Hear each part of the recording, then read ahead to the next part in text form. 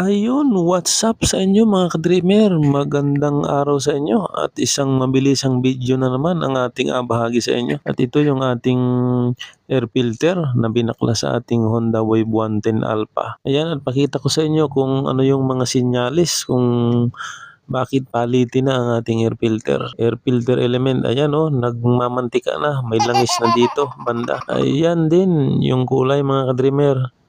Tingnan nyo yung kulay mismo nung ating air filter element. Ayan.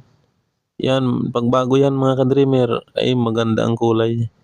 Ay ngayon parang maitim mga ka-dreamer na.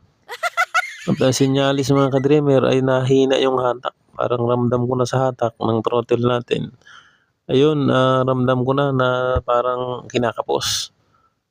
At pangalawang sinyalis mga ka-dreamer ay parang namamatay-matay na, parang namamatay-matay na. Ito yung notice pala mga ka-dreamer. O yan, huwag ninyong lilinisan yung air filter tapos ibabalik din dyan sa box na yan. Bawal na bawal yan.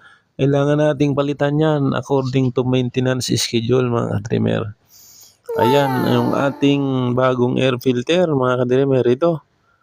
Ayan ito mga ka-dreamer, yung element na yan, makikita nyo. Galing Honda yan mga ka-dreamer, genuine, original air filter yan mga ka-dreamer.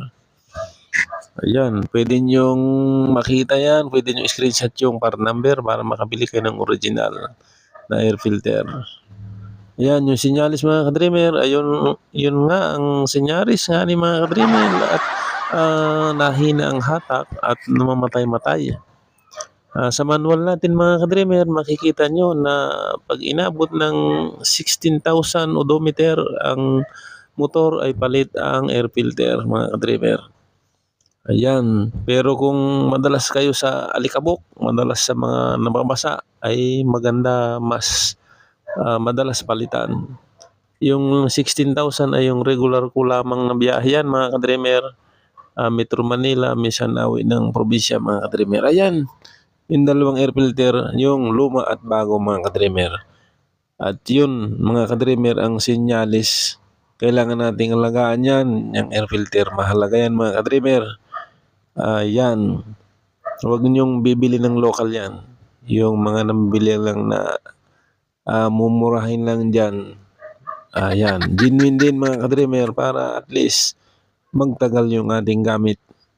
Yan, sulit naman na yan mga ka-dreamer at yung ating gamit na yan ay naka 16,000 odometer na ako, mahigit na. At napansin ko nga yung pagbabago na yon sa aking